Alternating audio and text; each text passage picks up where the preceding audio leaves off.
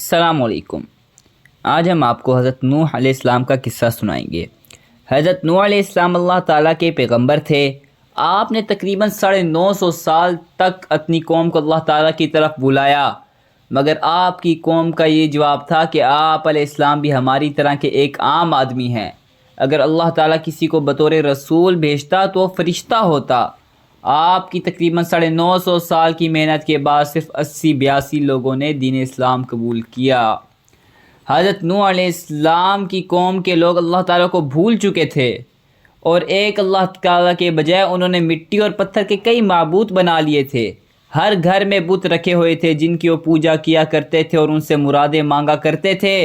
اللہ تعالیٰ نے حضرت نوح علیہ السلام کو انہی لوگوں کی طرف نبی بنا کر بھیجا تاکہ وہ ان کو صحیح راستہ دکھا سکیں۔ حضرت نوح علیہ السلام نے اپنی قوم کو اللہ تعالیٰ کے احسانات بتا کر کہا کہ ان بیکار بتوں کی پرستش چھوڑ کر ایک اللہ تعالیٰ کی عبادت کرو، اور میں اس کی تم سے کوئی اجرت نہیں مانگتا، تمہاری ہی بھلائی کے لیے تم کو نصیحت کرتا ہوں۔ ان لوگوں نے حضرت نوح علیہ السلام کی بات کا مذاق اڑایا اور کہا، بھلا یہ بتاؤ کہ تم نبی کیسے بن گئے؟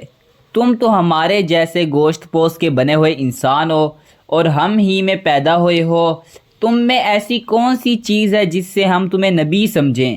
اور اگر اللہ تعالیٰ نے کو نبی ہی بھیجنا تھا تو کسی فرشتے کو نبی بنا کر بھیج دیتا۔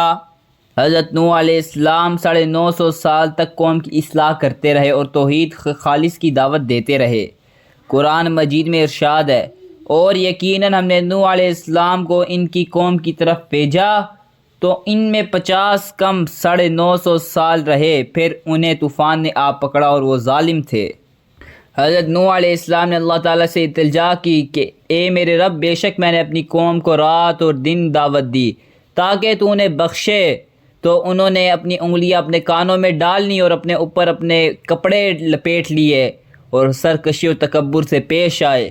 میں نے انہیں بلند آواز سے دعوت دی، میں نے انہیں اعلانیہ بھی سمجھایا اور میں نے انہیں چپکے چپکے سے بھی سمجھایا۔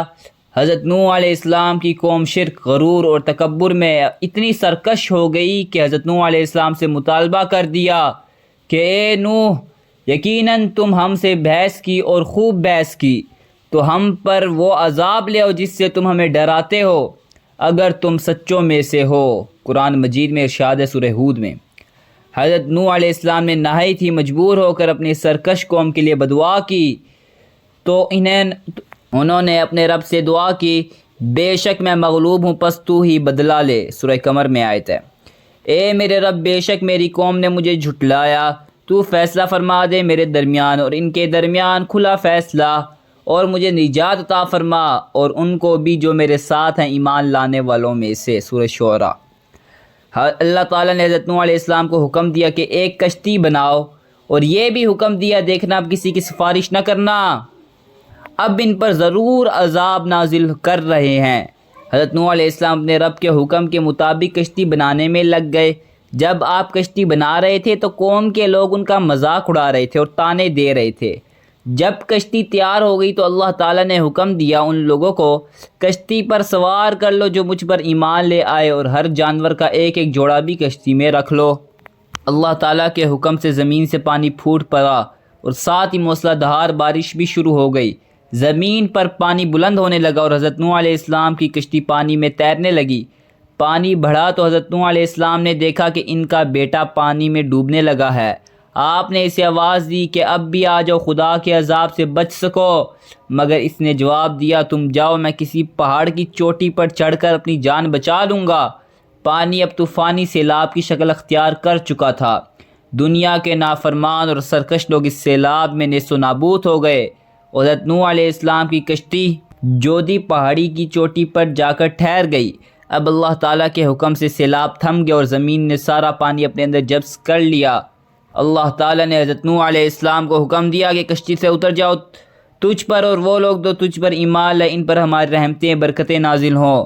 چونکہ اس طوفان میں دنیا کے تمام لوگ ہی فنا ہو گئے تھے، صرف چند لوگ ہی زندہ بچے تھے، اس لیے حضرت نوح علیہ السلام کو آدم ثانی بھی کہا جاتا ہے۔ انہی کی اولاد اس وقت دنیا میں آباد ہے۔ اگر ویڈیو اچھی لگی ہو تو لائک کر دیں اور ایسی اور ویڈیو دیکھنے کے لیے چینل کو سبسکرائب کر دیں۔